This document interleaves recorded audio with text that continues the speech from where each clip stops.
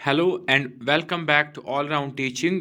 Today we are back with a practice set of general knowledge with reference to GK. And in this class we will discuss some top 20 questions with explanations. अगर हम इनकी बात करें इन questions की तो ये जितने भी अपकमिंग जेके एसएसबी के एग्जाम्स हैं उनके लिए ये बहुत ही ज़्यादा इंपॉर्टेंट है क्योंकि general knowledge with reference to GK जो है हर एक एग्ज़ाम का जो सिलेबस है उसमें 20 मार्क्स का है और इसमें हम प्रैक्टिस सेट में हम 20 क्वेश्चंस को डिस्कस करेंगे विद फुल एक्सप्लेनेशन। और जेके एसएसबी के अलावा अगर हम बात करें जेके पीएससी की तो उसके लिए भी ये बहुत ही इंपॉर्टेंट क्वेश्चंस है। So let's start.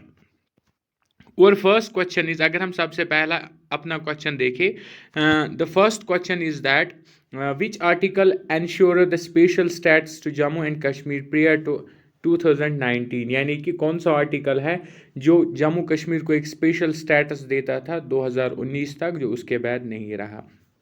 और अगर हम करेक्ट आंसर की बात करें दैट्स आर्टिकल 370, जो कि आप सबको पता है आर्टिकल 370। अब हम एक्सप्लेनेशन में और डिटेल से इस चीज़ को समझेंगे। करेक्ट आंसर जो इसका है दैट्स आर्टिकल 370, लेकिन यहाँ पे याद रखने की ज़रूरत क्या है, under the part 21st of the constitution of India, Indian constitution का जो 21वां पार्ट है जो डील करता है temporary, transitional and special provisions के साथ, उसी में जो आर्टिकल 370 ये एक टेम्पोररी प्रोविजन था जो ऑटोनॉमस स्टेटस देता था जम्मू एंड कश्मीर स्टेट को। लेकिन हाउएवर जो इसके सेक्शंस है आर्टिकल 370 के जो एक्सेप्शंस है, except article 371 have been abrogated in 2019। That means article 370 के जितने भी सेक्शंस हैं उन सब को जो है एब्रोगेट किया गया, हटाया गया 2019 में, लेकिन एक सेक्शन को छोड़ के, और वो सेक्शन है 371।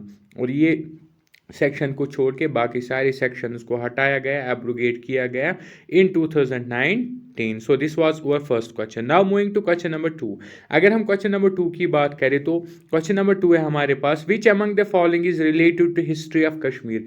इनमें से कौन सी चीज़ है या कौन सी बुक है जो कश्मीर हिस्ट्री के साथ रिलेट करती है। दैट्स, अगर हम आंसर की बात करें तो that's Rajatarangini. Rajatarangini is the correct option, that's option number 1। और अगर हम एक्सप्लेनेशन की बात करें तो एक्सप्लेनेशन में याद रखने की क्या ज़रूरत है, वो ये है कि जो राज तरंगनी है इसको लिखा है कल्हना ने, जो कि एक हिस्टोरियन रह चुका है जे.एंड.के का, ancient historian we can say it. और 12th सेंचुरी सी में राज तरंगनी जो है इसने लिखी, और ये हिस्टोरिक क्रॉनिकल मानी जाती है of the Kings of Kashmir, यानी कि जो जितने भी पुराने ज़माने में कश्मीर के बादशाह रहे हैं उन सब की कहानी इसमें राज तरंगनी में है। That's what we call chronicles of the Kings.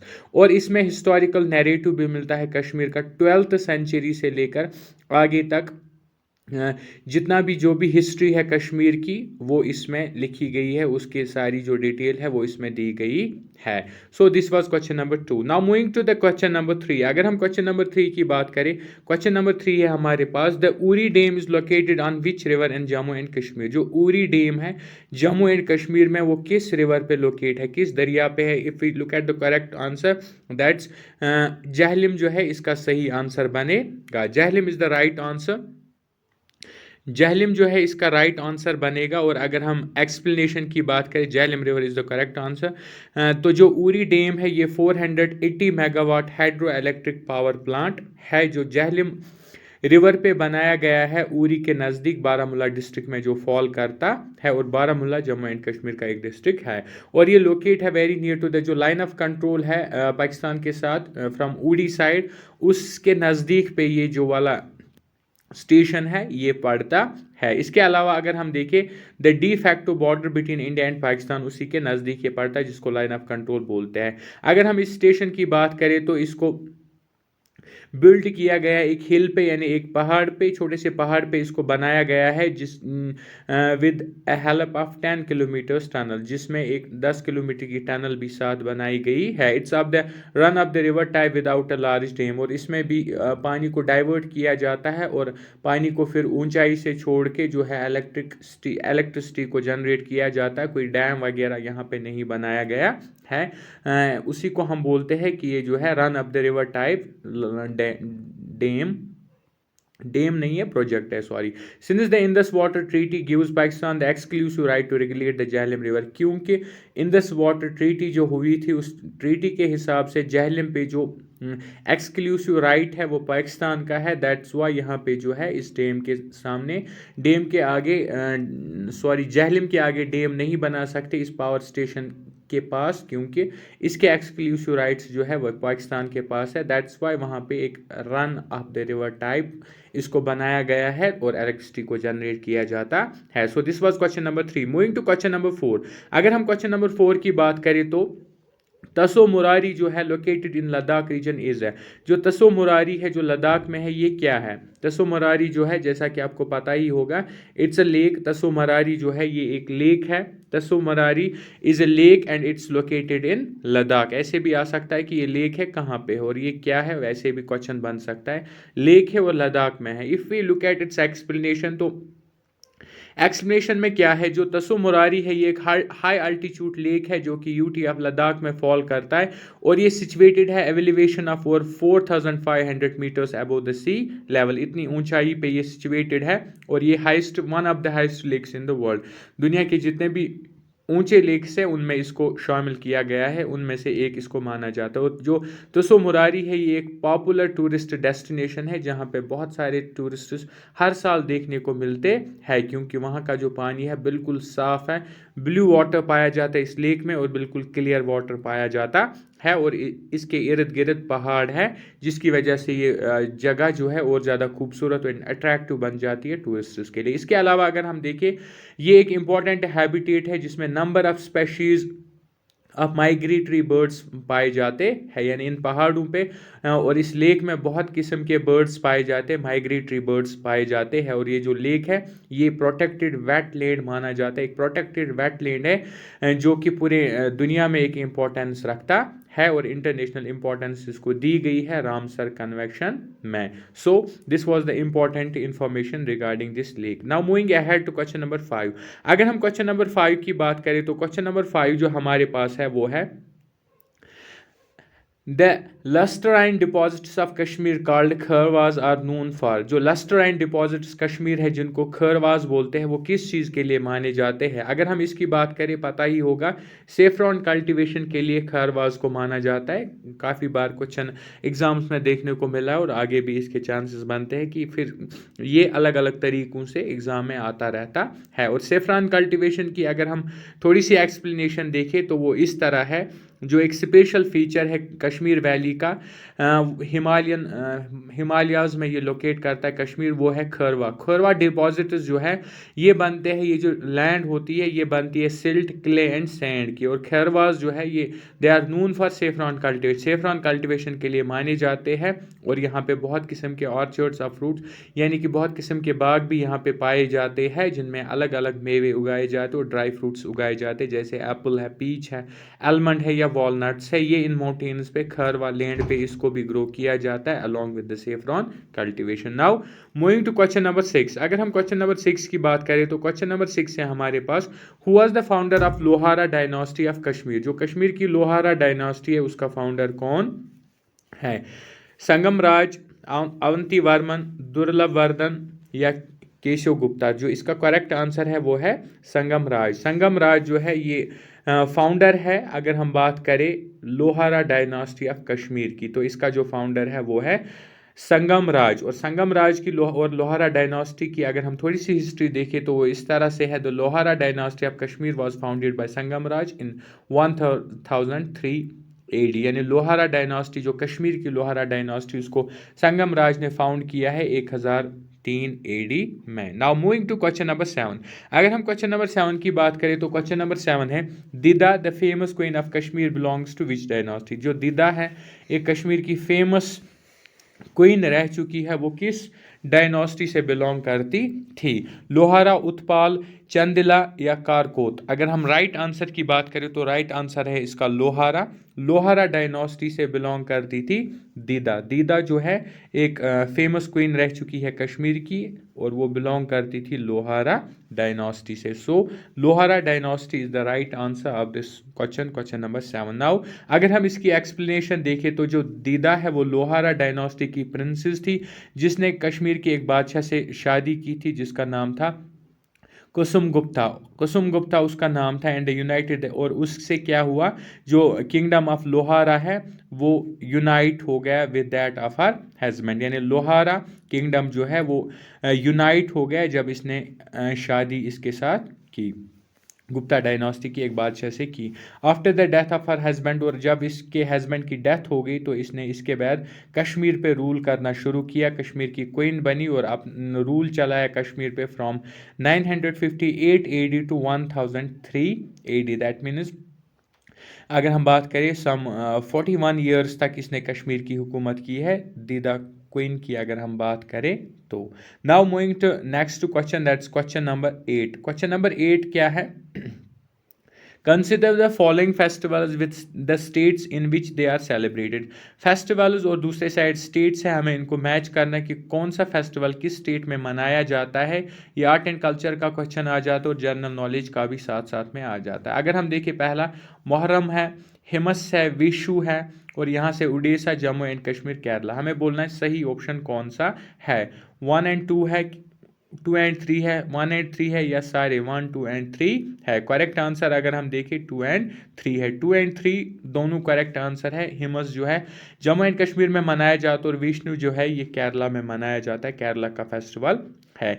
इसके अलावा अगर हम इसकी एक्सप्लेनेशन देखें, जो जो महरम है ये उड़ीसा में मनाया जाता है और महरम जो है तमिलनाडु में भी मनाया जाता है। ये वाला फेस्टिवल तमिलनाडु और उड़ीसा में मनाया जाता है। बाकी जो दो है वो बिल्कुल सही है, हेमस और विष्णु, ये जम्मू एंड कश्मीर एंड लद्दाख में रेस्पेक्टिवली मनाए जाते हैं। नाउ मूविंग, इसके अलावा अगर हम और थोड़ी सी एक्सप्लेनेशन देखें आर्ट एंड कल्चर की, तो वो ये है, महलम जो है ये एक हिंदू फेस्टिवल है जो सेलिब्रेट किया जाता है 12 सालों में एक बार, और ये सेलिब्रेट किया जाता है in the Mahamaham tank located in the south Indian town of Kumbakonam in Tamil Nadu, India. Tamil Nadu Kumbakonam area में साउथ इंडिया के हिस्से में मनाया जाता है। इस फेस्टिवल को 12 सालों में एक बार मनाया जाता है।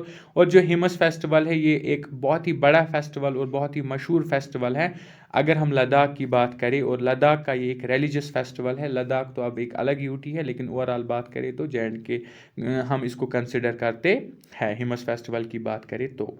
नाउ इसके अलावा अगर हम विष्णु देखिए, ये भी एक हिंदू फेस्टिवल है जो केरला में मनाया जाता है, केरला इंडिया में।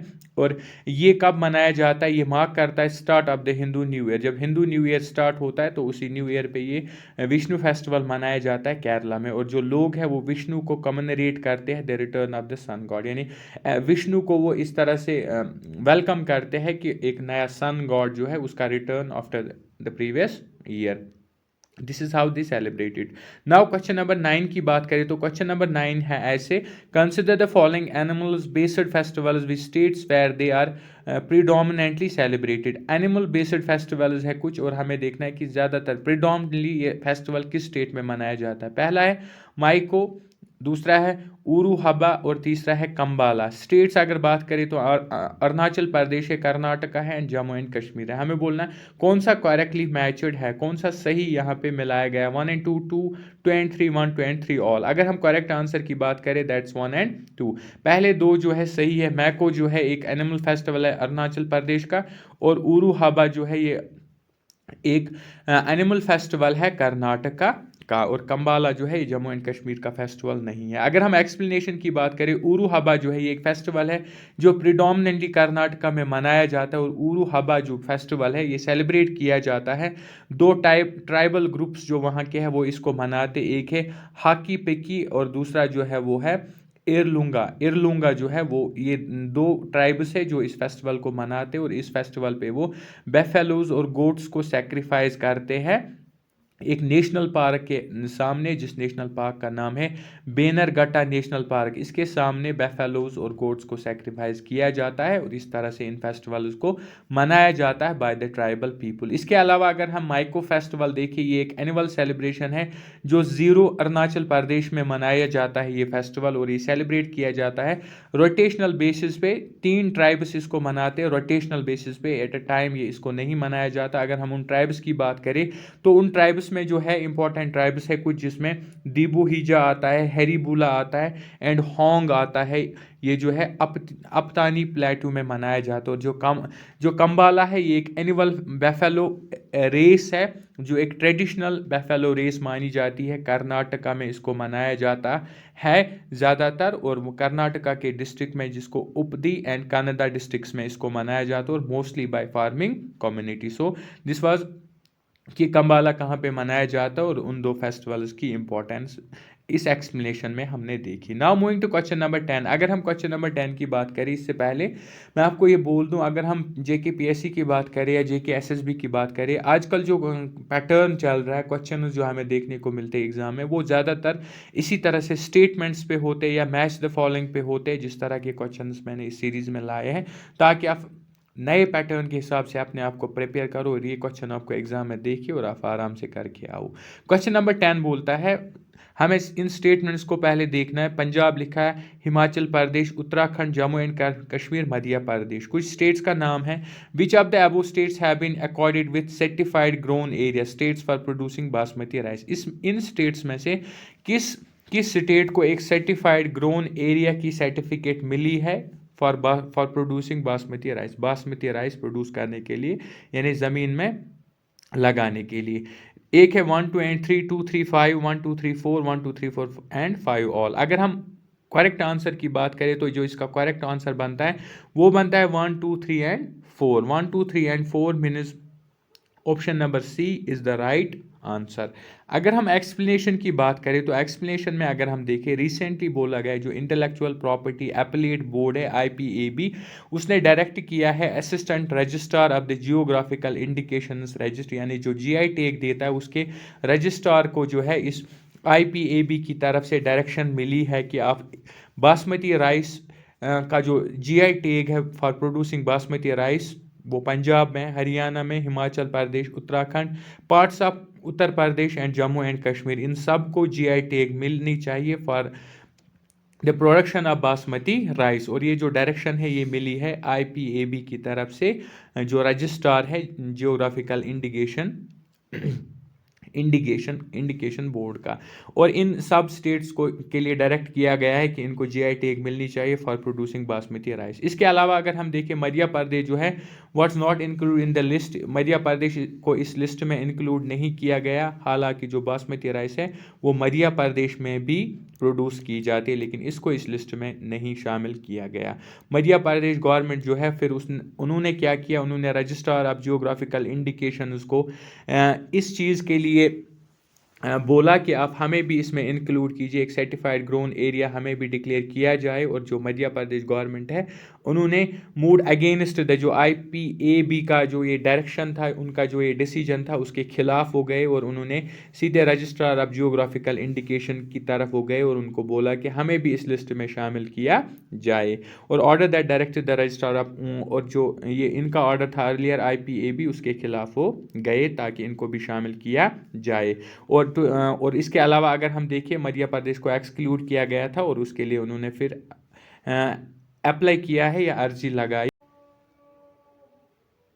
और अगर हम कॉमन डिस्क्रिप्शन देखें बासमती राइस का पूरे दुनिया में, तो वो ये है कि जो राइस बासमती राइस ग्रो किया जाता है फुट हिल्स ऑफ हिमालयाज़ में, जो स्पेन करता है from India to Pakistan, India से पाकिस्तान तक जो हिमालयन माउंटेन्स हैं, और उसी के स्पेन में उसी के इर्द गिर्द जो बासमती राइस प्रोड्यूस किया जाता है, तो वो जो है डिस्क्रिप्शन है बासमती राइस का throughout the world. So this was our question number 10। Now जो रेस्ट ऑफ द 10 क्वेश्चंस है we will discuss them in our next video, क्योंकि ये वाली जो वीडियो है काफ़ी ज़्यादा लंबी होगी, तो उसके लिए जो है हम नेक्स्ट वीडियो में रेस्ट ऑफ द 10 क्वेश्चंस लाएंगे हम विद फुल एक्सप्लेनेशन, जो कि बहुत ही इंपॉर्टेंट है अगर हम कॉम्पिटिटिव एग्ज़ाम्स की बात करें, specially the upcoming JK SSB exams and JK PSC exam.